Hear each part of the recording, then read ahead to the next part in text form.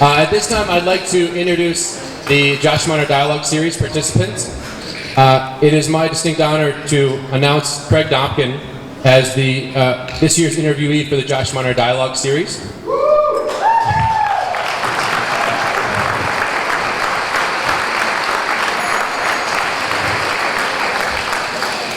I don't know Craig personally. I do know that he is an elementary school teacher in the Fairview Elementary School. He teaches a course as well at UC Boulder. He has been an active leader in the field for many years, starting to read about him and heard about him through Mike Gass. And he has many stories to tell, and we look forward to hearing about those tonight. A brief history of the Josh Miner Dialogue Series. In 2001, the Northeast Regional Conference hosted Josh Miner as one of the keynote speakers. As a founding trustee of Outward Bound, Josh was instrumental in bringing the experiential philosophy of Kurt Hahn to the United States. Conference attendees were fortunate to hear Josh's vision and passion firsthand as he shared stories, metaphors, and lessons of children, curiosity, and character. Josh passed away 9 months later, and as a region, we wanted to capture the essence and wisdom of experienced practitioners. The Northeast Region Advisory Council then established the Josh Miner Dialogue Series in 2003, in memory of Josh Miner. Instead of the usual lecture format, the Dialogue Series takes on a different format in which a seasoned practitioner of the field interviews the honoree. The series allows conference participants to hopefully get to know the honoree on a more personal level, while learning of their best practices, nuggets of wisdom, and sometimes stories of what not to do. The Northeast Region Advisory Council selects the Josh Miner Dialogue Series interviewee, and the series is taped and copies are available. If you'd like any, you could see a near-at council member. Tonight, it's my pleasure to introduce Dr. Michael Gass, who will be interviewing Craig. Mike is the chair of the Outdoor Education Department in the Kinesiology Department at the University of New Hampshire. He is my academic advisor at UNH in my studies, and I also consider him a close personal friend and professional mentor. So I'd like to and Mike's relationship with Craig spans many years of both personal and professional experiences, and we look forward to hearing about those. So I'll give it over to Mike.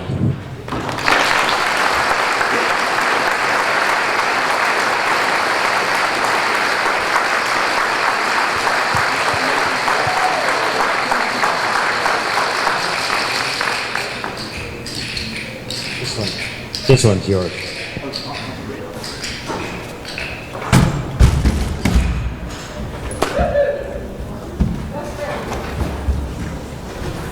Many of you are walking around here right now, and on your little sticker, you have a thing there that says job seeker.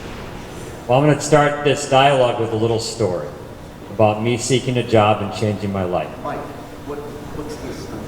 I don't know.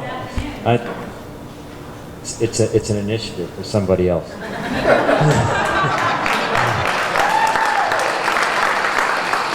Where's my chair? Where's your chair? Where's my chair? Can Craig have a chair? We have a chair for Craig? Yeah. Do I deserve a chair?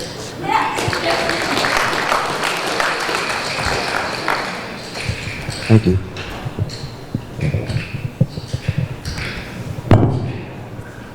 Whenever I go to the restaurant, they pull a chair out. They never let me have a chair. I just want a chair today. I promise I'll never ask again for a chair here. But this looks good. Doesn't it look more comfortable? Good. If anybody wants to join us, right here.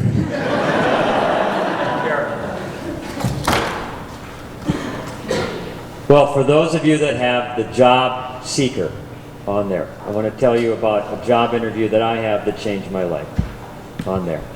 I was a master's student at the University of Northern Colorado, had left a job teaching high school PE in Minnesota that I thought was the perfect job in the world.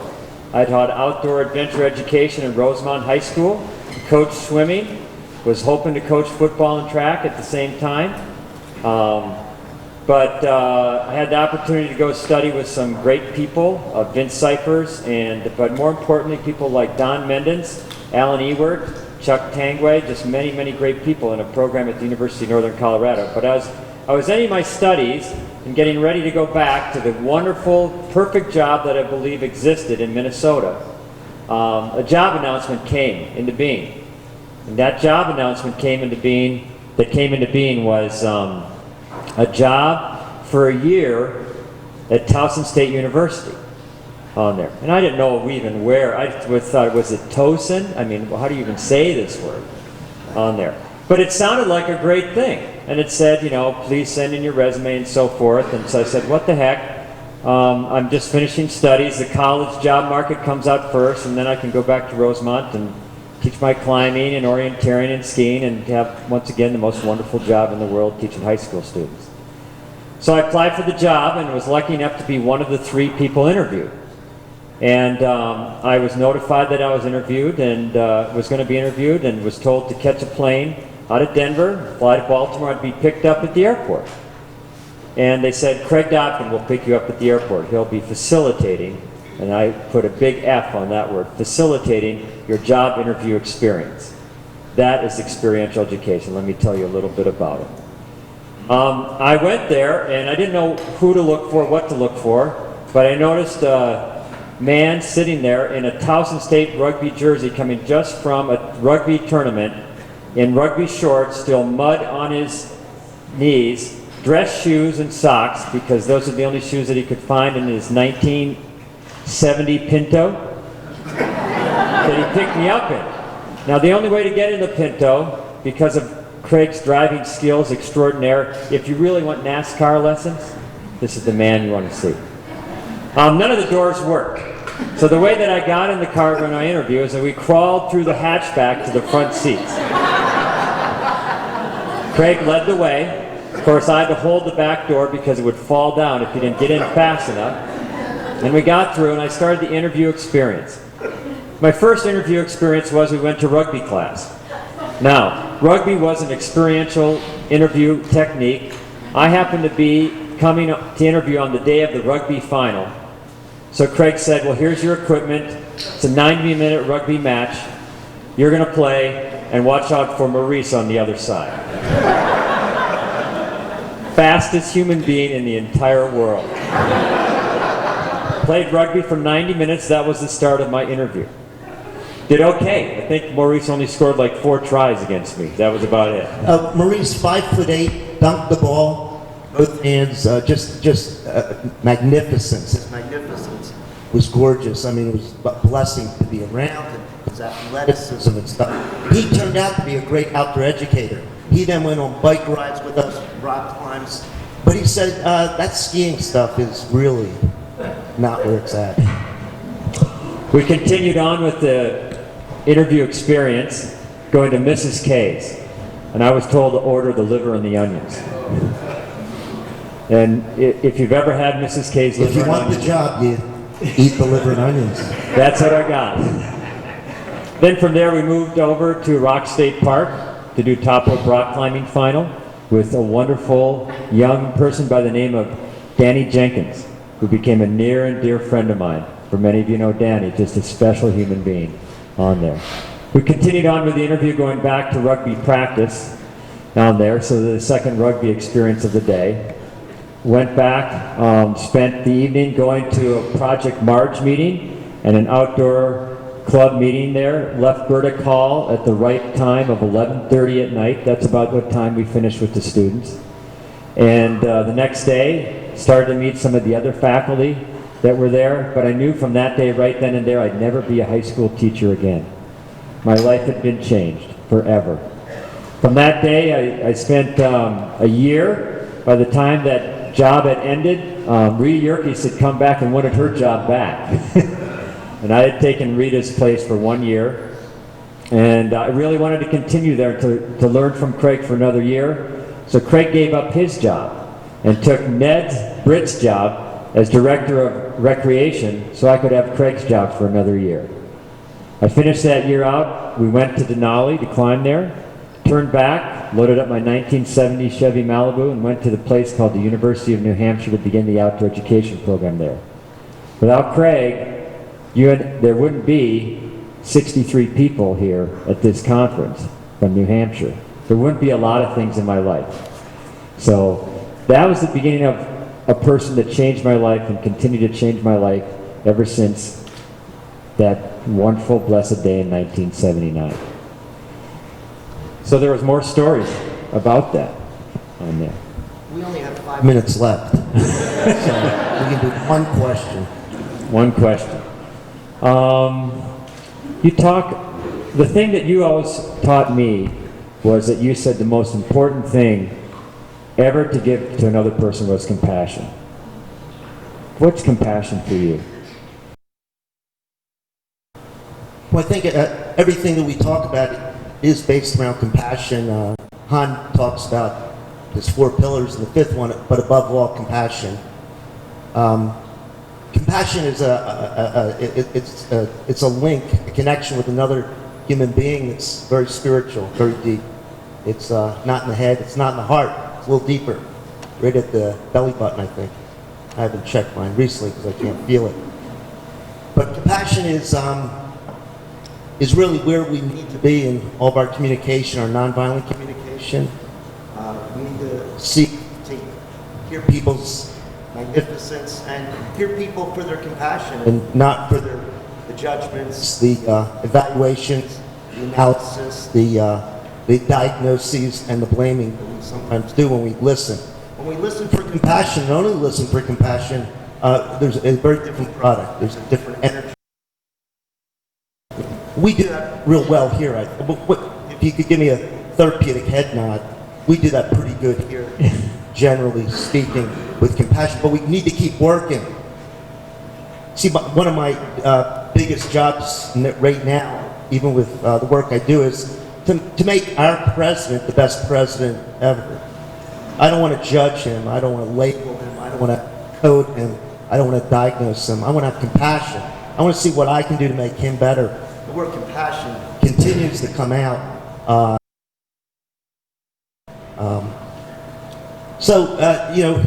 Compassion is stuff which I keep learning because everybody always helps me now that I'm in a wheelchair. If I would have known people were going to help me like this, I'd have gotten hurt earlier. It's been 11 years, but I can't get through a door without somebody holding the door for me. I mean, somebody wanted to hold my plate for me today. I mean, let me get your salad for you. It's very hard. And the beauty is that I've been able to see compassion that a lot of you, I wish you could see with me. I just want to share, it's unbelievable.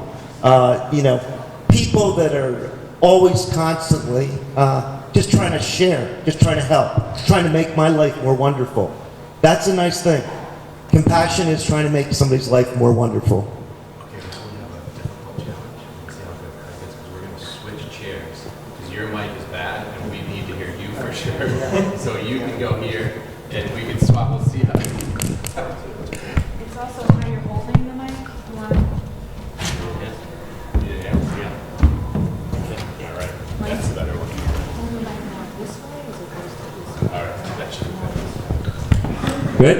Horizontal. All right. Thank you. Horizontal. That's it?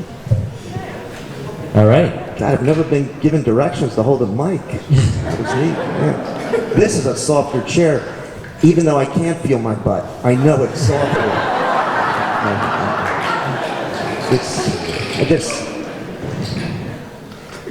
What's this, I'm seeing this most beautiful t-shirt here, that red one. You know what I'm talking about, that both you and I wish we could have one of. That red t-shirt? I think I know that red t-shirt you're talking about. Yeah? It says something like, give blood, play rugby. It does say give blood, play rugby. There it is, it's over there. That's the t-shirt we want. Yeah. And make sure you're not making any judgments around that.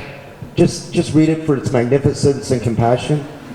Give blood, play rugby. That's a beautiful thing. And you're always looking for a loose head prop. You Right. can never have a great loose head Right. prop.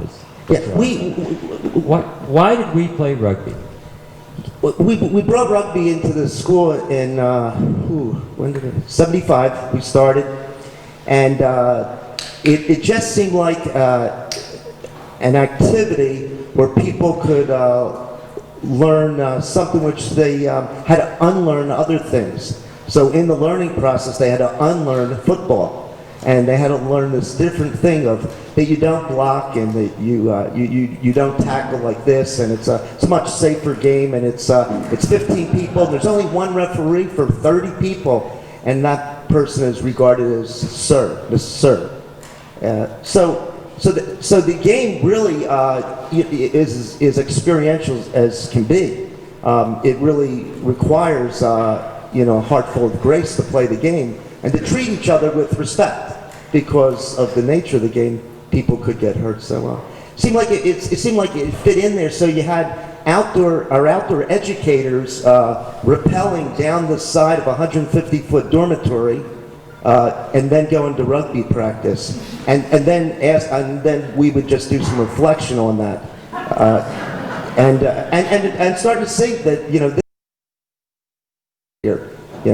how do we become competitive? How do we bring out the best in the other people? How do we make it really became all the core values that we have in experiential education. You're doing a lot of work now with younger kids, and every time we talk, a lot of times you say when you work with younger kids, there are like certain rules that you establish, and you just shared with me yesterday the 2 new best rules that I think if we left here really would be a loss for the pedagogical experts here.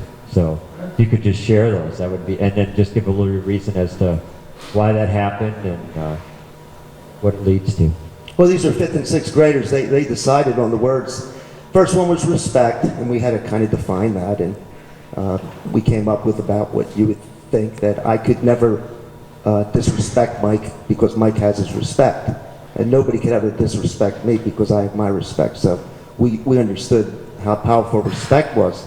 And the other one was more profound, no complaining. No complaining. It's over. Take charge. These kids are all from our program, I Have a Dream Foundation.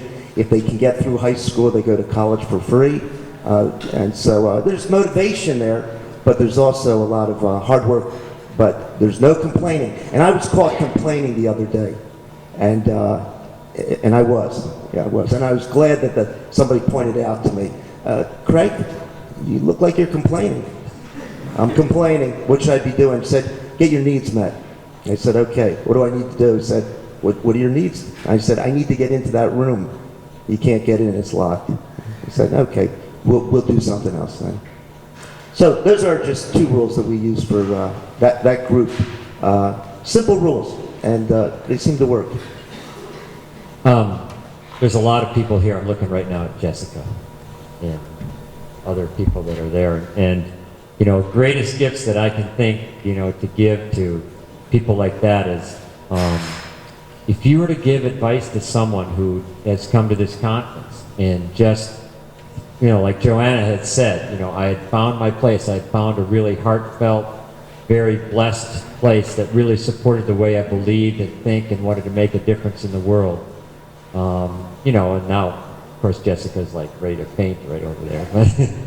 But it's that type of thing. What type of wisdom could you share with people like that kind of gets them on the path that Joanna was talking about? Where would they start? What would they do? What would you make sure that they never missed? What would they take things being granted for granted? You know what I'm talking about? Where is she? She's right there. I'd say use your best judgment in all situations. That's it. I think you really got to go with, what you believe, your passion, and kind of stay present, open, and, just stay right there. The beauty of what we've got here is that we, reality doesn't change, it's just how you see it. When people come into our community here, they see very connected people, really compassion, passionate people doing great work and stuff, and sometimes we take it for granted what we do. I would say never take for granted what we do. Always check in and just kind of always check in what you're doing and check in with others and always ask people, what do you see me doing? How are we doing here? And where do you think I should be going from now here? And continue to work on the 2 things, awareness and self-discovery. Always stay aware and always continue to self-discover. great a learning curve. My wheelchair. I mean, I don't think you have to fall to have such a learning curve, but great awareness and great awareness. From accident to blessing. So you make the conscious change and you go with that. You shared with me once about this learning experience here was just a great way to get your attention. It got your attention. How did that kind of get your attention? Well, I mean, how many people have had a little shake up in our field? You can raise your hand on this one here. Just got your attention. And sometimes we need to, when you're not connected to what's going on, spiritually connected and relationally not connected. You're not connected to yourself there. You can lose your focus. And I really believe, I really, was at that place. I think maybe perhaps when I fell. I just lost my focus, and losing your focus at the wrong time at the wrong place. There's in my situation nothing happened, but things could happen. Things could happen. I just had a mere flesh wound, and I was able to move on quickly, very quickly. So I think we constantly have to support each other and get each other's attention. With compassion and a lot of empathy. Never lose sight of those things. You met Chris, though. Yes. That was one piece. My wife. Who was this guy, Willie Unsold, and what did he do for you? Well, Willie really was. Well, the association before was even the association, and he really kind of made us think about the keynote. Somebody said it was a happening, and that's what it was, a happening. It had nothing to do with the keynote. He was saying, but so gentle. And so we decided, as Willie did his thing, we decided just to collect tapes from Willie. So we just started collecting everything he ever said. Close to 30 of his talks, which we have, and just powerful stuff. It's just really motivational, and it's a great leader, great spiritual leader. But also you have to remember that you just can't look at the leaders. You got to look at everybody else. You got to look at everybody else. Everybody is a leader and a mentor, and sometimes we gave some bunch of awards here, but there's probably a lot more people that could have been recognized and appreciated. Could you raise your hand if you think you could have been recognized and appreciated? Yeah. I think what happens is sometimes that we looking at gurus and stuff. Willie became, for me, a guru, and I started thinking, wow, this is great. And I said, maybe this is not great. Myself, and start working with that, and not working with him. And I would be saying what he would say. But wait a minute, I'm Craig Dobkin. Maybe I should talk like him. You've been known to call one of the greatest problems is that we're becoming too traditional as a field. Salt to the wound there? Yeah, I'm not sure what you're talking about, but I could talk on this. This is my last day as an experiential educator. Tomorrow I'm going to become a traditional educator, so I feel like I can say this. You got to be an experiential and you got to be a traditional educator. You got to bring both together and create the impasse where that. And naturally, I did get hurt, so people talk.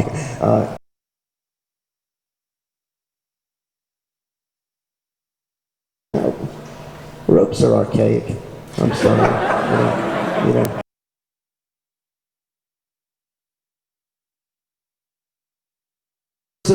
When groups come to ropes courses,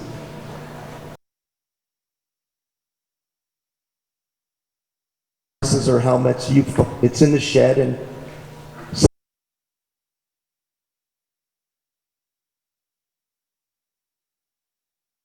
anything. Matter of fact, I don't say anything. And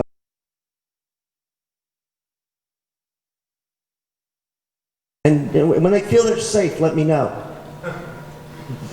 Find me. I'll be drinking coffee. Unbelievable. I don't teach anything anymore. Not a knot, not a belay.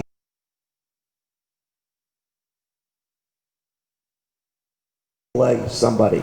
And we know what the word belaying means, right?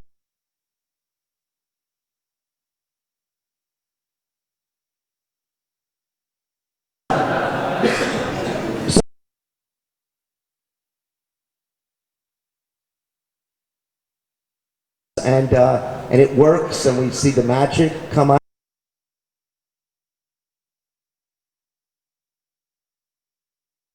But we've seen some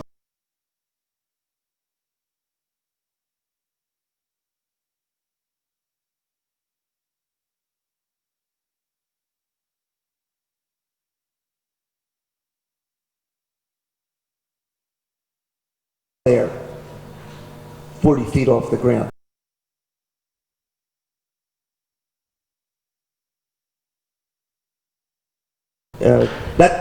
That's what we're trying to do, to make it,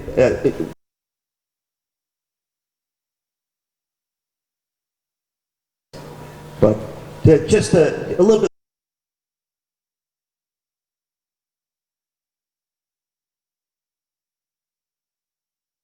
Okay.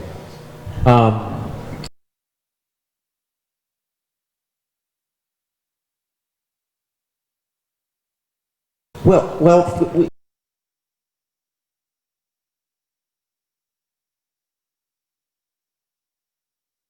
it really helps make their life more wonderful. If you can get people's needs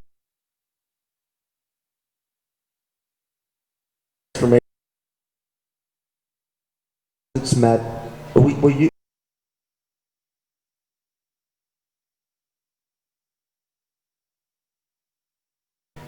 that's a Philadelphia word. Okay.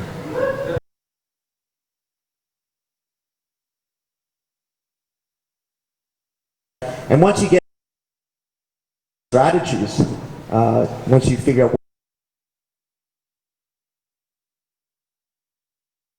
out some process there or sequencing there. I'm not much on sequence.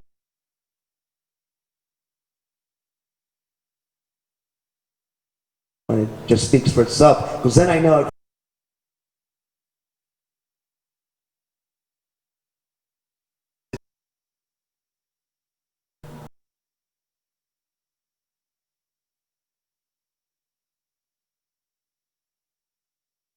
and from the culture of Papua New Guinea. well, it's a great culture. Bami, one time you Bami talk or get a sabe belong you. And no big pella something, lick something. Bime go long up. And big pella more yet. That's my answer. Yeah. I think that would work. I just learned that it's the same old story. You know, you go over as a Peace Corps representative and you come out learning much more than you've given. I mean, and you leave there and you it's so complex, their culture, and so amazing, and so much caring, and everybody caring about everybody else and the children, and it's just really powerful that you just don't need to have an iPod to have a powerful experience. You don't need to have a laptop computer. You don't need to have a cell phone and click it on 50,000 times a minute to see if something happened. And so it's, entities should be multiplied beyond necessity. I mean, keep it simple. That's what I got from there, and it was powerful. For me, my observation as a friend was kind of the start for your whole piece around nonviolent communication, play for peace, working in Israel, the South Africa work, just as you've been across the world doing these things. it just became more of a larger imprimatur on your life on there. Is that pretty straightforward? Well, I don't know about everybody out here. You might know what you're doing when you're doing it. I'm never really sure what I'm doing. I'm like just, you know, I'm just trying to figure it out as I'm in the moment with it, and I just think that is it's helped me a lot. That I haven't done too much ahead of time. I've just been right there, really present and open and connected, and it helps. It helps with my you know, in creating things in particular. Thinking about I don't think I'm not really answering the questions. that hasn't changed. So you know, That hasn't it's changed. probably okay. Colorado. Why Colorado? You've been Philly boy, Well, Maryland, yeah. you know, all over. Why Colorado?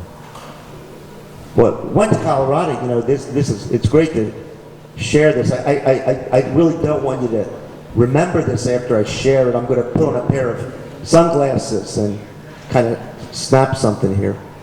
Yeah, I left Towson State there, but I was you know, I had 43 years of diagnosed bipolar, but I didn't know that for 43 years. So, you know, one day I just kind of left the school, took the keys, I just left, you know. He just left. Yeah. How do you leave a job at a university? 12 years. Where are you going? I was going to Colorado. Because you think, you know, you can go some other place there. So I went there really under, you know, just trying to, you know, get a start and just check out mental health and alcohol recovery center and shelters for the homeless, and just spending a lot of time doing that, working in detention homes, therapeutic homes for kids. So just doing all that kind of work while trying to figure it out.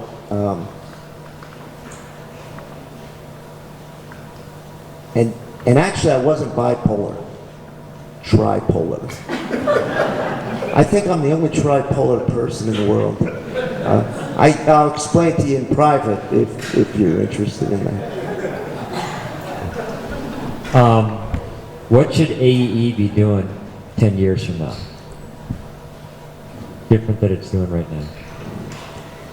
Mike's asking a guy who's not sure what he's going to be doing in 5 minutes here. I think we, you know, I like what I see with the, I've always said this one thing for the last like 10 years. Wouldn't it be nice if everybody got behind one thing? If we all could like make sure that 100 miles around your area, there's no hunger. Everybody just got behind something. Or we all got behind research. Everybody get monies in for research. Let's give it 1 year, just research. Or every day, do something very special for people. But I think that's what's going to happen eventually. We're going to find a need. You know, people I think need us. They need we're the best. Do you know another organization that brings people together so quickly, connecting them, creating relationships? You know, we get people in a circle and we do one activity and they say how much they love each other. I mean, so quickly. And we say, well, just another day in the life of an experienced educator. We do some neat stuff. It's some neat magic. We get people's attention, and I think we're just in the people business. We're just going to be doing it better and better. That's where I see us going. Where do you get your strength and energy from? Where does that come from? Well, pushing the wheelchair. Yeah. Pushing the wheelchair.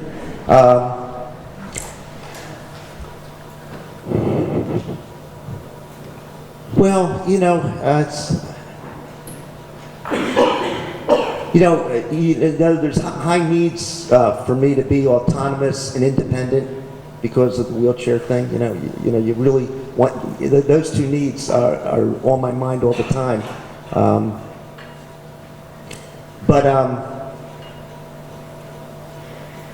I think just being in this field really, and working with the populations I work with, kindergarten through people at the University of Colorado, I think they give you a lot of strength. They get, you see hope, and when you see hope, I think I just get a little bit stronger and more aware of that. And I am very optimistic. I think that's where my strength comes. I'm not really pessimistic. I constantly hear people talking about stuff, complaining, and I'm just wondering if that's making their day more wonderful. And I'm just wondering what would you like to be doing, and get your needs met, and I think that helps me a lot. The optimism has really helped me quite a bit. My observation of you is just your unlimited ability to care for other people. It's just a great gift that you have on the piece that's there, and just the wonderful touches that you give other people's lives is something that I've been a witness to over almost 30 years. It's just something that I think feeds your hope and your optimism on there.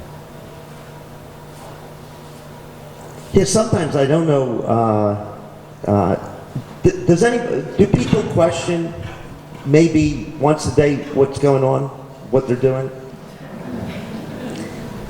I really think words can be a problem and not a solution, and I'm really important. Your words have to be really impeccable with kids, in particular, that I'm working with, because they hear these words and these have to be the right words at the right time. So now I work hard on that, Mike. I don't know how. I try to do my best. I don't know how it comes out, but I know every once in a while when one of my fifth graders is saying, "Craig, are you complaining?" That's helpful. That's really helpful for me to. I'm going to tell a story here about you meeting my youngest son at our home in Durham, and he was looking at you, checking you out, and Andrew's a little resilient in his behavior, and you started a banter with him, and you ended up with you telling him to call you Mr. Nothing. Remember that? I remember, yeah. But just the joy in his face, just poking and playing with you, and kind of just the disarming you had for him on there. I'm going to call you Mr. Nothing. I said, well, that's Mr. Nothing. Senior Nada. but we couldn't go that far, so we just went to Mr. Nothing there. Just being playful, There's a couple of code words in your life. Aruchi Cha is one. And Zinduda is another. Zinduda. Dudar, duda, duda, dudamos, dudan. Conjugation is important in your life. Yeah, Zinduda is Spanish. Does anybody know what it means? Without doubt, yeah. So when we were on mountains, we'd say Zinduda. Yeah, it was a little snappier, we thought, than just the traditional way there. Mountains have been a big part of our relationship on there. I remember being on mountains where there was so much electricity, my fillings would vibrate in my mouth. Coming down to a calculation when Christina was pregnant with our first child, and we were in a lightning storm on the east face of Longs Peak. And Austin and I believed the best place to sit was on our packs out in the open, and you and Christina thought it was the best place to be in a cave. You did some quick marital therapy, took Christina to the cave, and we rode out the storm. And Tony was born 5 months later on there. But that was a real special time in my life with you. Is all the climbing that we did together. Yeah, every summer we did a big climb, and every summer we had an epic. I mean, without doubt, we'd be like trapped. It's 2 a.m. We're not making it down, So, and I guess there was a reason for those epics and stuff, and those shake-ups, and getting us way out of our comfort zone there. But just being able to kind of handle it and be present with it, and just enjoy it.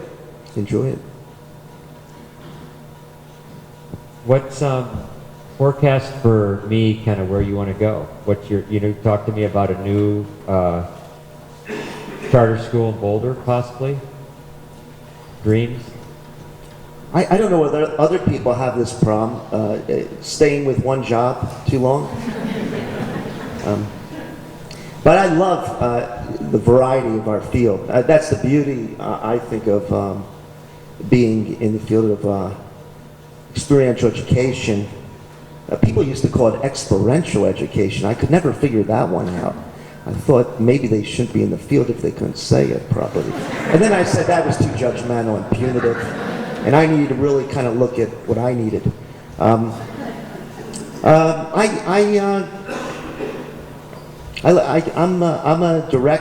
not an administrator. I'm a direct service person, and I work with kids. I work with college students, and there's a great charter school that's starting up, and that might be a really fun place to go. I love working though with that kindergarten through college. Also, different every day.